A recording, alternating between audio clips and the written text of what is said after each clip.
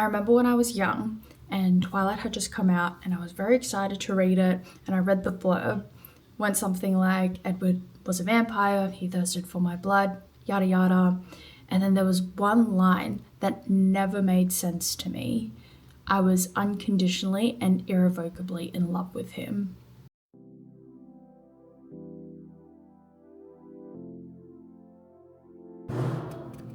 First stop, green juice. Jake bought me nails. But, I'm not dying.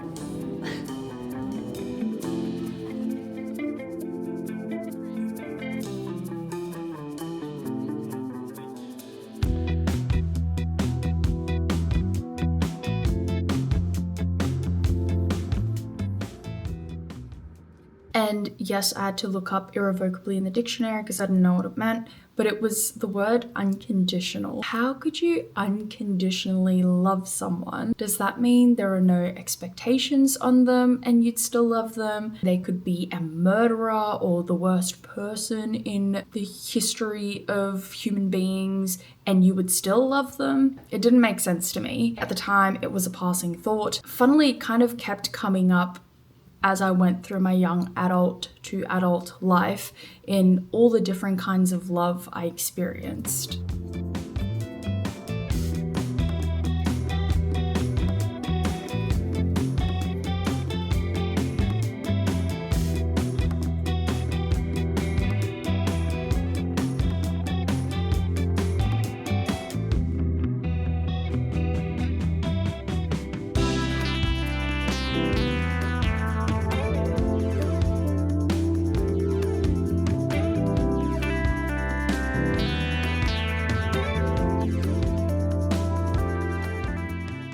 I've admittedly been doing a lot of work on myself the past year. It's been hard work unlearning a lot of the things that were ingrained in me the past 20 odd years. Something I've had to unlearn and relearn again on my own terms is love. Growing up, the way that I saw and I understood love was that it was all the good parts of life. It was the sacrifice your parents made to take you to a new country to have a better life. It's the lavish birthday parties or the lavish birthday presents, the presents that you would get when you did well at school. It was shown very outwardly and it was very transactional. Punishment was bad, and where there was punishment, there was no love. So my first very real understanding of what love is was exactly that. If you are good, you are loved. It was the need to justify all of my parents' actions and sacrifices to reassure that I was worth it all. And then you come to this pillar of knowledge that you then believe to be absolute truth, that your worth is inextricably tied to love.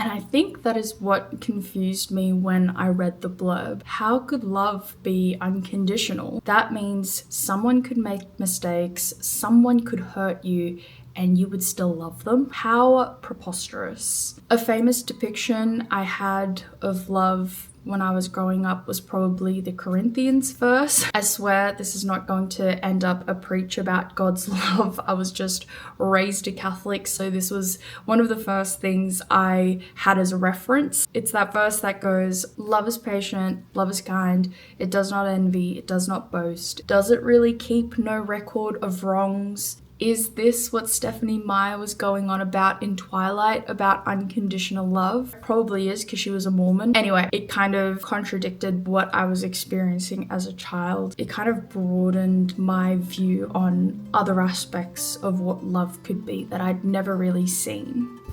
We are at the Airbnb now. Oh, there he goes. Man on a mission. A little bit of a hike up the hill of the Airbnb. It's so beautiful here. That's the view from the place, and then their property's just over there, and that's where we're staying as well. I'm walking backwards so the sun's on my face. Then that leads me to depictions or tropes of love. When I was in high school, you can bet your ass I loved romance. I loved how beautiful it was, how passionate, how tumultuous, just how emotional and raw the genre of romance tended to be. It was a departure from what I understood love to be, which was orderly and clear. If you were good, then you were loved. The mere concept of love at first sight was so poetic and beautiful to me, because what do you mean you fell in love with somebody just by looking at them? You don't even know at that point if they can do anything for you, how they act, how they earn money, what they believe in, what their achievements or accomplishments are. And yet there is that element of, yes, I've taken one look at you and I know that you're worth it. Though noting, of course, that it is very shallow and really just based on appearances. I feel like a lot of the media and literature I consumed growing up in my teenage years made me believe that love was grandiose. It's holding a boombox outside your window. It's singing "Can't Take My Eyes Off of You" on the bleachers. It's beautiful poetry written by someone in love saying that you are their sun, their moon, and their stars. Alright, what do you think of Jamberoo so far? It's a quaint little town. Pie's pretty good. They do a good pie pastry. Cows shit a lot. There is a lot of poo. Stay tuned to see what Robbo pub's like. The place is actually huge. We walked all the way from there, up through there, all the way through there, and then that little thing over there is the house, and then the one next to it is the Airbnb. So I highly recommend. It's beautiful out here. Wait until the night time. There's a ghost. There's no ghost. Why not recommend it after night? Don't. There's foxes and echidnas, no ghosts. Red belly black snakes. And red belly black snakes. I was gonna burp, but then I inhaled. Okay, it's very windy. Just wanted to get that on record, how windy it is. So make sure if you come here, bring another jacket. Don't be like me. I then see versions of love that hurts, that don't end in happily ever after, the ways that love can manifest in grief or in pain. La La Land, which is one of my top 5 movies, by the way, was a bit of a turning point for me. Kind of a wake-up call, if I could call it that, in that love was about letting people go. Maybe there was a timing element to loving someone. Or films like Eternal Sunshine of the Spotless Mind, where love could be the greatest thing that ever happened to you, but also the worst, where it hurts to the point of wanting to forget about that experience altogether. Now, something that conflicted with me though about these types of loves, it just felt like there was this element of giving up, and I never really believed in that. I was aware that love was hard work and not always sunshine and daisies and fireworks. But the question then that I had to myself was, how do I identify when it's not for me anymore? When do I decide to let go? It always brings it back to that darn blurb in Twilight. How is this unconditional love when clearly there was a condition placed on it that they had to let it go because it wasn't for them anymore? Can't really see you. You're quite dark. That's alright. Oh, maybe this way then. You have to look warm. Okay. So Jamberoo, look out. where you control the action.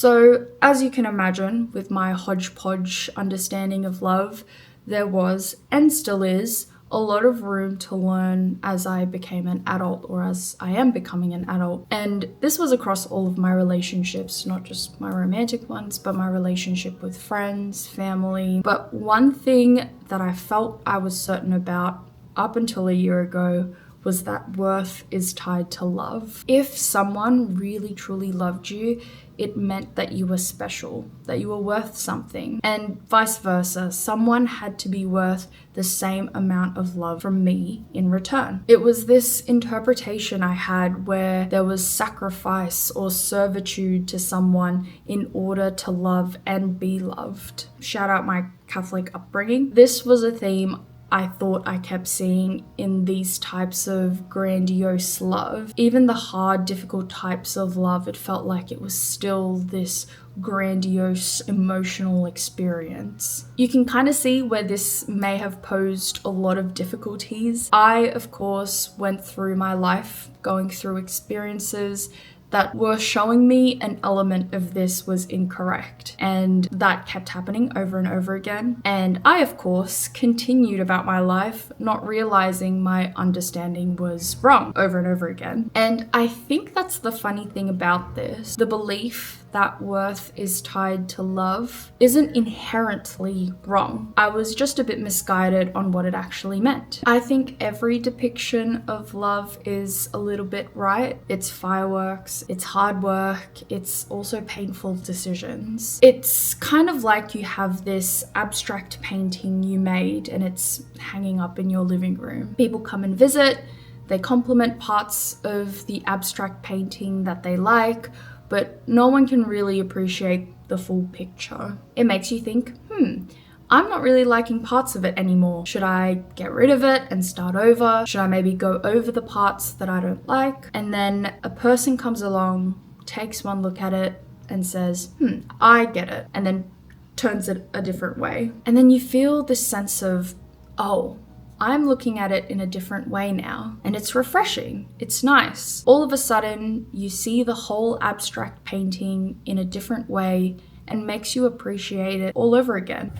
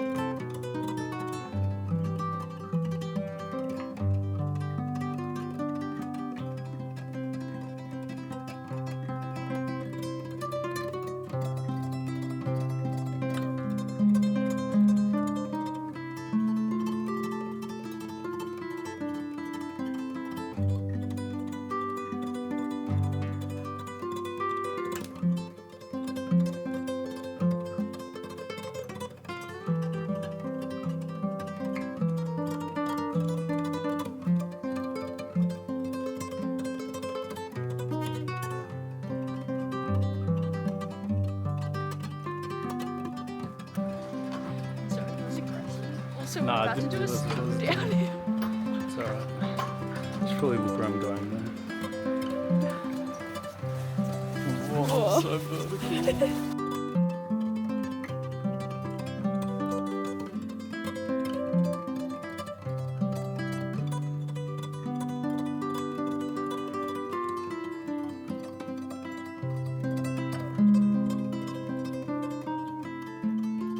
So closing statements. This part I honest to God kept revising because I found it so difficult to put into words. That confusing analogy is, I think, what I've learned love to be, where you will have parts of you that you're working on, that you're trying to heal, where you're trying to be a better version of yourself that you think is worth it. But no matter what, there are people in your life that understand you're growing and changing and still see you as worth it to have up on the wall. They themselves may not grow and change at the same time or at the same pace, but no matter what, they want you up on that wall. You probably already do it for others, but to have people help you realize this, to be able to do it for yourself, it kind of switches up how you then approach loving people in your life. You start to love the people in your life more sincerely and mindfully. And I think that whole action, that entire analogy is love. It's creating a space for other people that you care about to safely grow, to learn, to change, but you all kind of encourage and do it together. You start to love the people in your life more sincerely and mindfully instead of loudly or in a performative way. And at the end of the day, it makes loving easy, even when it's not easy. And finally, after all these years, I think I've figured out that damn blurb in Twilight. I think I've figured out what unconditional love really is.